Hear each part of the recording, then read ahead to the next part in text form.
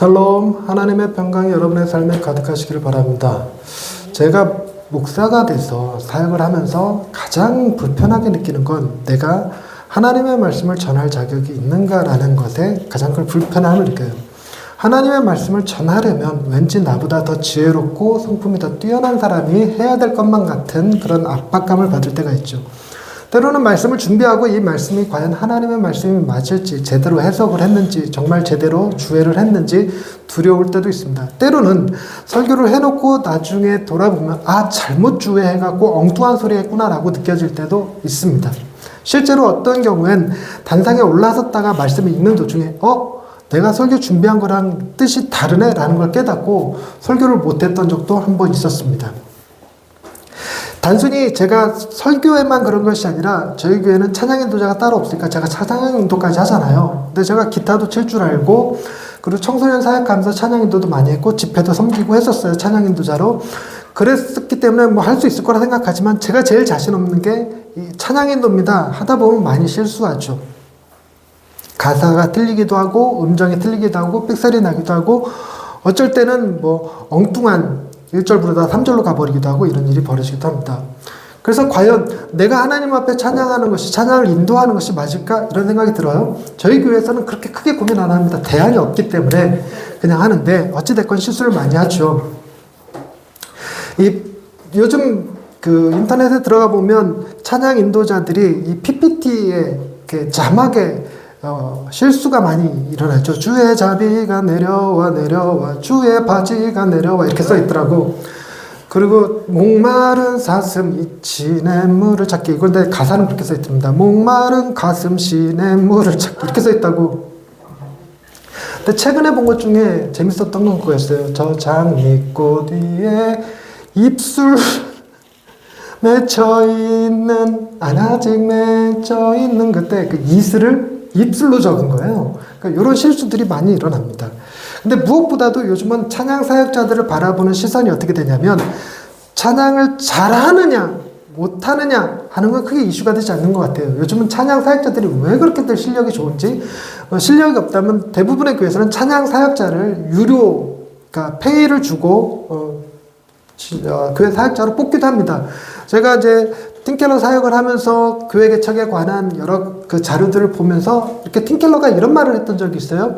자기가 교회 재정이 충분해져서 또 다른 사역자 한 명을 새로 둘 수 있을 정도가 되어지면 사람들은 대개 부목사를 뽑을 때 교육 담당 목사를 뽑거나 행정 담당 목사를 뽑는다고 합니다. 그런데 팀켈러는 뭐라고 하냐면 반드시 찬양 담당, 찬양 사역자를 먼저 뽑는 것이 좋다 이렇게 얘기를 해요. 그만큼 말씀 사역과 더불어서 찬양 사역은 매우 중요한 거죠. 그래서 오늘날 찬양 사역자들의 그 실력에는 그다지 문제가 되지 않는데 가끔 무슨 문제가 생기냐면 그 찬양 사역자의 성품이 문제가 되는 경우가 있죠.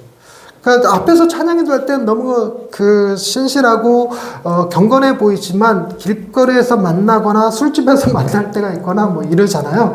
그래서 뭔가 안 좋은 소문이 들리고 뭐 찬양단은 누구랑 그렇고 그런 사이래더라 이런 얘기 들리고 이러면 아무리 찬양을 잘하고 찬양의 가사가 너무 좋아도 마음이 그렇게 동요되지 못하는, 감동되지 못하는 그런 일들을 보게 됩니다. 그러니까 사역자의 문제다 이렇게 얘기하는 거죠. 오늘 우리가 읽은 본문 말씀은 시편 66편 전형적인 찬양입니다. 전형적인 찬양이라는 사실을 알 수 있는 것이 여러분의 책을 보시면 인도자를 따라 부르는 노래라고 쓰여 있으니까 찬양임이 명확하죠. 그런데다가 중간중간에 여러분 가로 열고 셀라라고 하는 단어가 들어있는 것을 볼 수 있습니다. 우리가 8절부터 읽었는데 7절 끝에 셀라가 있고요. 또 몇 절 끝에 셀라가 있습니까? 다들 책을 안 보고 계시죠? 15절 끝에 셀라가 들어있습니다. 셀라가 2번 들어가 있습니다. 이 셀라의 뜻이 무엇일까?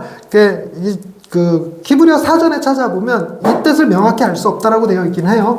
그러니까 이것에 대한 가장 기본적인 해석은 음악 기호다, 악보 기호다 이렇게 얘기합니다. 보통 좀 쉬어가라 이런 기호라고 해요. 그러니까 1절부터 7절까지가 아마 1절이고 8절부터 15절까지가 2절이고 그 밑에가 3절이고 총 3절로 되어 있는 찬양이 아니었을까라는 생각을 하는 겁니다. 오늘은 우리가 그 중에서 2절과 3절 부분에 해당하는 8절부터 20절까지의 말씀을 읽은 거예요. 그런데 이 내용을 주로 보면 내용이 결코 가볍지가 않습니다.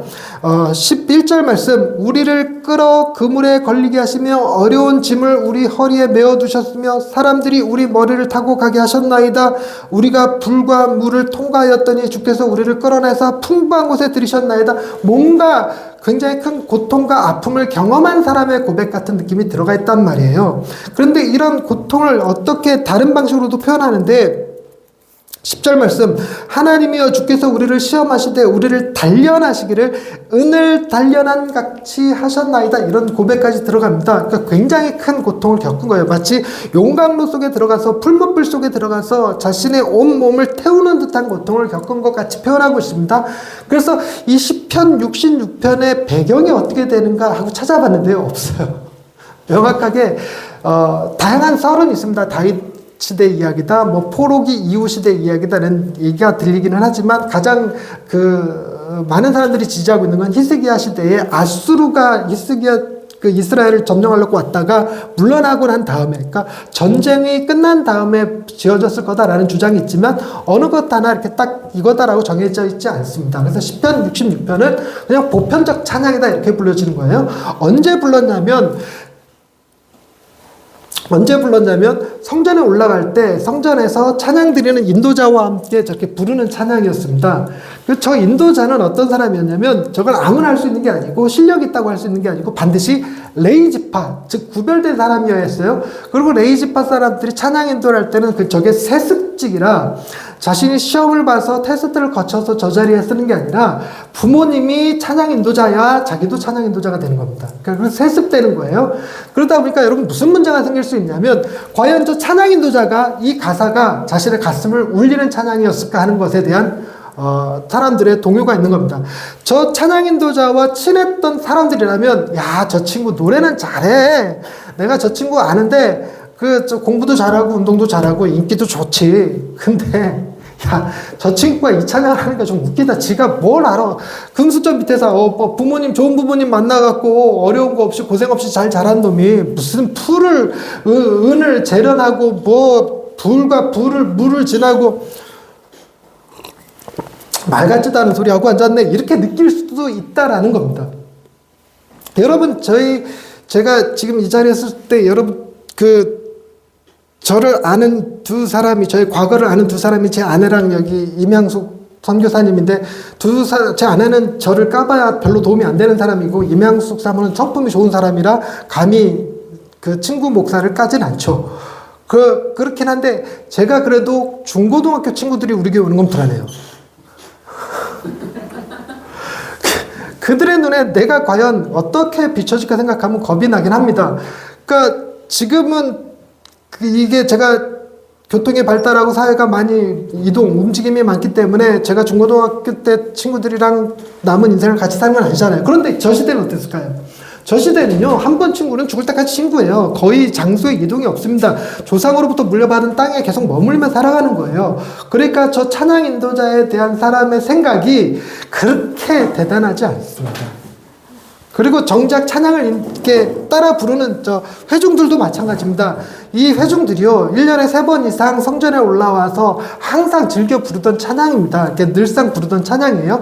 그러니까 무슨 생각이 드냐면, 여러분들도 가끔 그럴 때 있지 않나요? 가사 내용은 그냥 들어오지 않아요. 그냥 늘상 따라 부르던 거예요. 그냥, 그러니까 멜로디가 괜찮은 것 같아. 오늘따라 찬양 인도자가 흥도 조금 있어. 오늘 가만히 보니까 뭐 드럼 박자도 좀 들리고, 주변 사람들 보니까 어깨춤도 좀 추고, 손도 좀 들고 하니까 거기에 맞춰서 이렇게 따라 부르긴 합니다. 가사가 딱히 들어오지는 않아요. 가사가 딱히 들어오지는 않고 가사에 감동받지 않습니다.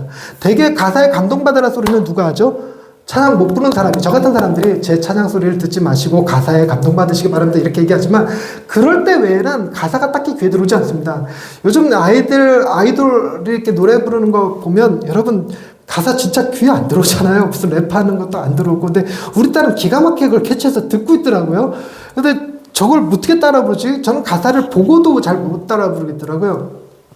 가사 내용이 별로 귀에 안 들어오는데 가끔 차 안에서 우리 딸이 아빠 이 가사 너무 기가 막히지 않아? 아빠 이 가사 너무 기가 막히지 않아? 이렇게 얘기할 때가 있어요. 그런데 그 기가 막힌 가사를 내가 아는 저 친구가 부르는 건 마음에 안 드는 거예요. 이 기가 막힌 가사를 나는요 내가 부르는 건 마땅할까? 여러분, 우리들 가운데 과연 몇 명이나 이 시편 66편의 찬양을 부르면서 여러분 풀무불을 경험해 보셨습니까?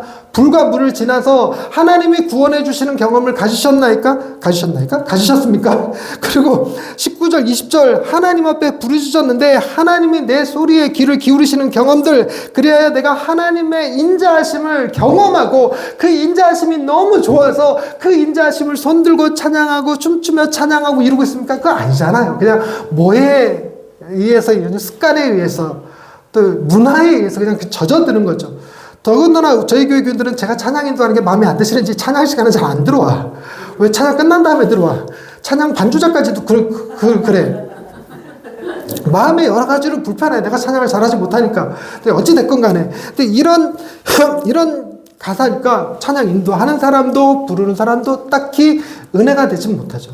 그런데 누가 이 찬양의 가사가 감동이 되고 은혜가 될까? 여러분 가만히 생각해 보면 이 찬양의 가사가 위로가 되는 사람은 진짜로 한번 큰 위기와 고통을 겪어본 사람들이라면 되게 감동이 될 거예요. 되게 감동이 될 겁니다. 여러분 굉장히 유명하신 목사님이신데 이름을 밝히기 좀 뭐하고, 그분이 이제 그 고등학교에서 강당을 빌려갖고 예배를 드리고 계셨는데, 대학교에서 강당을 빌려서 예배를 드리고 계셨는데, 그 대학이 교회를 빼라고 그랬어요. 교회가 굉장히 큰 교회입니다. 빼라고 그랬어요. 근데 그 많은 인원이 한꺼번에 옮겨갈 장소가 없는 거예요. 그래갖고 교회를 고민하다가 4개로 5개로 쪼갰어요. 쪼개갖고 각각 나눴습니다. 그걸 결정하기까지 이 목사님의 마음고생이 너무 심했던 거예요. 너무 심했던 거예요. 그래서 이분은 그 찬양을 부를 때마다 막 그 찬양의 가사가 정말 마음에 절절히 와닿는 거예요. 그 찬양, 주님 앞에 찬양하는 것이, 주의 궁전에 머무는 것이, 주와 함께 초막에 거하는 것이 얼마나 좋은지, 그것이 얼마나 가슴 절절한 것인지를 막 가슴 깊이 느낍니다. 이런 아픔들을 경험할 때요. 동일하게 세상에서도 같은 일들이 많이 벌어집니다. 여러분, 제가 가요를 들으면서 그렇게 잘 울지 않는 사람이 가사도 잘 안 들어오지만, 그러나 가요를 들으면서 울었던 적이 있어요. 군에 입대했을 때 이병열차, 그리고 슬픈 언약식 이런 거 부르면서 막 너무 눈물이 나는 거예요. 이런 거 부르면서 울기도 했습니다. 요즘 악뮤라고 하는 악동 뮤지션, 거기서 이제 사랑, 슬픔, 그리고 뭐죠? 기쁨, 슬픔, 그리고 뭐가 있어요? 어쨌든 그리고 소문의 낙원, 이런 2곡이 저희 아내가 너무 좋아하는데, 이 곡을 많은 사람들이 듣고 많이들 울었다고 그러더라고요. 그리고 그 유튜브에 들어가면 정말 그 뮤직비디오 밑에 댓글에 절절한 사연들이 막 올라와요. 그 사연들 가운데서 이 가사를 들으면서 위로받았다, 울었다, 이런 얘기들이 많이 들립니다. 즉, 우리 66편도 마찬가지로 동일하게 우리 중에서 어떤 사람이 감동받을 수 있는 찬양이 되는 거냐? 가장 큰 아픔과 고통을 겪어본 사람이 이 찬양을 알 수 있고 이 찬양을 감동적으로 부를 수 있다는 거죠. 그런데 여러분, 내가 부르는 건 그렇다 치더라도 앞에서 찬양 인도하는 분 중에서 누가 이걸 인도했을 때 가장 큰 은혜와 감동이 됐을까? 여러분, 그건 생각 하나마나 주님이세요. 주님이 이 찬양을 부른다고 생각해 보십시다. 주님은 이 땅에 오셔서 정말 불과 물의 시험을 거치셨습니다. 예수를 죽이겠다고 하는 사람들도 그렇고요. 예수를 따르던 제자들이 예수님을 배반하고 부인하고 떠나갔고요. 예수님을 조롱하고 결국은 십자가에 못 박아 죽였단 말이에요. 그런데 여러분, 이 예수님이 그 십자가 위에서 이 찬양을 부른다고 생각해 보십시다. 이 찬양을 부르면서 뭐라고 그러냐면 12절에 우리를 끌어내사 풍부한 곳에 들이셨나이다. 20절에 하나님을 찬송하리로다. 그가 내 기도를 물리치지 아니하시고 그의 인자하심을 내게서 거두지 아니하셨도다. 여러분, 예수님께서 우리를 구원하시기 위하여 그 모진 고통 다 겪으시고 그 수치 다 경험하시고 더더군다나 십자가에 달렸을 때 조롱하는 이들을 위하여 아버지여 저들의 죄를 용서해 주옵소서, 저들이 하는 일을 알지 못하나이다 중보기도까지 하시면서 하나님께 찬양을 한다. 여러분요, 내가 풀무불을 경험하지 않았고 내가 고난을 경험하지 않았어도 주님이 부르시는 찬양이라면 그 앞에서 줄줄 눈물이 나는 거예요. 주님이 누구 때문에 고통당하셨는데? 나 때문에 고통당하셨다는 거예요. 여러분, 이 찬양을 구약시대의 인도자는 기껏해야 13절에 번제물을 가지고 주의 집 앞에 들어가서 나의 서원을 갚는다고 번제물에 대한 얘기를 합니다. 15절에는 내가 숫 양의 향기와 함께 살찐 것으로 주께 번제를 드리며 숫수와 염소를 드리나이다. 오늘 우리식으로 얘기하면 내가 집 팔아서 헌금하고 차 팔아서 헌금하고 내가 월급 받은 거 뭐 보너스 받은 거 헌금하고 이러면서 하나님 앞에 내 서원을 받아주시고 내 기도 응답해 주신 거 감사해서 드립니다. 이럴 때 주님은요 자기 몸을 제물로 드리셨어요.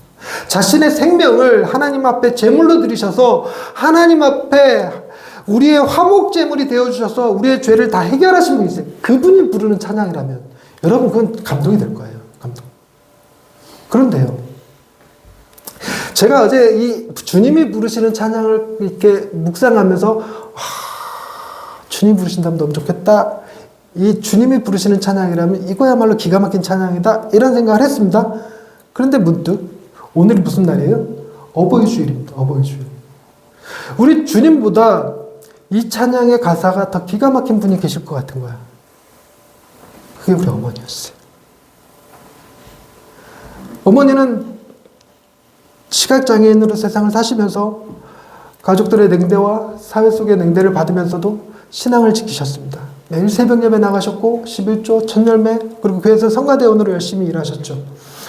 그 어머니가 마지막에 신부전 쪽으로 돌아가실 때까지 그 찬양을 부르실 때 이 찬양을 부른다고 생각해 보는 거예요. 이 찬양을 부르면서 하나님이 결국 세상의 냉대를 받는 우리 어머니를 포기하지 않으시고 우리 어머니를 붙들어서 구원하셔서 풍부한 곳에 들이시고 우리 어머니에게 인자하심을 보여주셨다면, 그랬다면 우리 어머니가 얼마나 행복할까 이런 생각을 하는 겁니다. 그리고 이 찬양을 누가 부를 때 가장 큰 감동이 될 것 같았는가? 어머니가 부를 때 제일 큰 감동이 될 것 같은 거예요. 그런데 제 눈물을 쏟게 만든 것은 11절 우리를 끌어 그물에 걸리게 하시며 어려운 짐을 우리 허리에 메어 두셨으며 사람들이 우리 머리를 타고 가게 하셨나이다. 여러분, 우리 어머니 허리에 메어 있던 짐은 누구였을까요? 우리 어머니 허리에 메어 있던 짐은 누구였을까요? 그게 저 같은 거예요. 여러분, 우리 시대 어머니들이 6.25 전쟁 이후에 가난한 이 나라를 살려보겠다고 애쓰면서 밤낮 정말 뼈를 깎듯이 고생하고 수고하여서 여러분 우리들을 먹여 살리셨잖아요. 교육에 열정 있는 나라다 보니까 하나라도 더 가르쳐 주려고 조금이라도 더 배우게 해주려고 얼마나 많은 애를 쓰셨어요.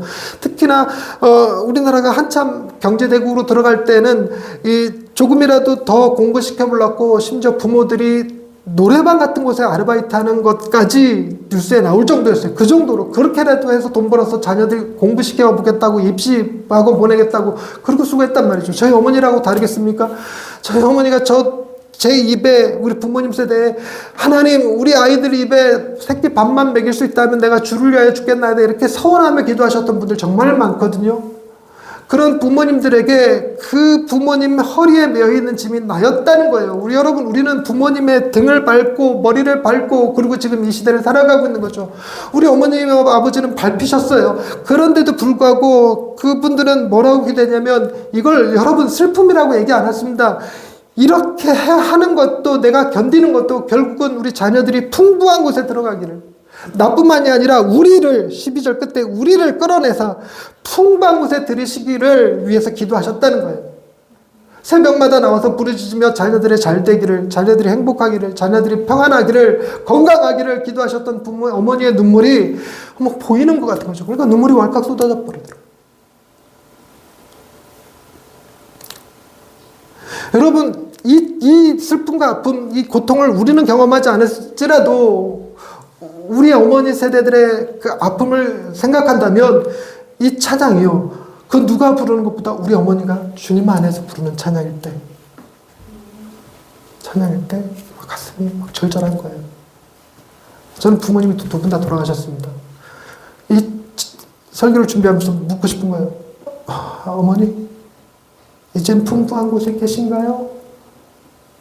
어머니, 이제는 하나님의 인자하심 속에 거하고 계신가요? 이렇게 묻게 되는 겁니다. 그러면서 이 찬양이 내가 경험하지 않은 슬픔일지라도 내게 절절히 와닿는 우리 어머니의 찬양이 내 찬양이 되더라는 겁니다. 여러분, 그러고 끝날 문제가 아니잖아요. 이게 나의 주님의 고통 안에서 해결된 찬양이고 우리 어머니가 부르시는 찬양이 됐으면 이젠 누가 부르게 되냐면 내가 부르게 되는 거예요. 내가 누구를 위해서? 내 자녀들에게. 하나님 이 자녀들을 불쌍히 여겨주시고 이 자녀들이 세상의 유혹 가운데 흔들리지 않게 하시고 세상이 뭐라 하든 오직 하나님을 붙드는 신앙 가지고 살아가게 하옵소서. 우리가 겪는 고난은 아닐지라도 우리가 겪어봤던 그 어떤 유혹보다도 더 큰 유혹 앞에 놓여져 있으니 주여 이 아이들 지켜주셔서 하나님의 인자하심을 맛보며 살아갈 수 있는 아이가 되게 해주옵소서. 이러고 기도하며 찬양하게 되더라는 겁니다. 그렇게 이 시편 66편의 찬양의 가사는 대를 이어서 전달되는 거죠. 여러분, 그러니 우리는 기억할 것이 있습니다. 우리 부모님이 경험하셨고 우리 주님이 부르셨던 그 찬양이요, 우리한테는 없는 것이 아니에요. 우리들 가운데는 더러 아픔과 슬픔을, 이 풀무불을 견뎌내신 분도 계시지만 앞으로 견뎌야 할 순간이 올 수도 있다는 것입니다. 시편 66편의 핵심 내용은 주로 이렇습니다. 하나님을 믿는 자들에겐 고통이 없다, 그 뜻이 아니에요. 하나님은 고통 가운데 함께 하신다예요. 어떤 고통은 친히 주님이 그물을 치시기도 하셔요. 그래서 그물에 걸리게 하시는 거죠. 일부러라도 그렇게 하십니다. 그 이유가 우리를 풍부한 곳에 들으시기 위해서 그렇게 하신다는 거예요. 그러니 우리가 이 찬양을 주님이 부르실 때 마음에 절절히 느끼고 부모님이 부르실 때 마음에 절절히 느낄 때 내가 이 고통을 겪을 때 힘이 됩니다. 믿음이 됩니다. 소망이 되는 거죠. 그리고 그 믿음과 소망을, 그 견뎌내는 힘을 내 자녀들에게도 같이 주고 싶은 거예요. 여러분, 주님이 십자가 위에서 그 허리에 매여 있는 짐이 무엇이었을까요? 그게 우리였습니다. 우리의 죄악이었고 우리의 질고였고 우리의 아픔이었습니다. 근데 주님은 우리를 대신하여 그 모든 것을 친히 담당하셨습니다. 그리고 우리를 위하여 중보하셨습니다. 그리고 그 기도를 들으시는 하나님 앞에 찬양하셨습니다. 그로 인해서 우리도 주와 함께 찬양할 수 있는 사람들이 된 것입니다. 여러분, 시편 66편의 고백이 저와 여러분의 삶에 큰 위로와 힘이 될 수 있길 바랍니다. 하나님은 어떤 고난과 고통 가운데서도 여러분들을 붙들고 계시며 여러분의 기도를 들으시며 여러분의 예배를 흠양하십니다. 하나님, 우리가 세상 살면서 너무나도 쉽게 예배를 생각하고 습관에 젖어서 타성적으로도 예배를 드리다가 가끔은, 정말 가끔은 주님의 은혜를 경험할 때가 있습니다. 주님의 십자가를 경험하게 되고 주님의 고난을 경험할 때가 있습니다. 어쩔 때는 이 예배와 찬양이 내가 하나님께 드리는 산 제물이 되는 것 같을 때도 있습니다. 그럼 오늘은 특별히 우리 부모님이 사신 삶을 기억하면서 그분들이 부르셨을 찬양, 그분들에게 위로가 되었을 찬양, 그 찬양을 다시 한번 기억하길 원합니다. 그리고 그분들의 찬양이 실제 그분들의 고백이 되고 지금 그분들이 누리셔야 할 복이 되게 해주옵소서. 뿐만 아니라 그 찬양을 내게도 주옵시고 내 자녀들에게도 흘러가게 해주옵소서. 예수님의 이름으로 기도드립니다. 아멘.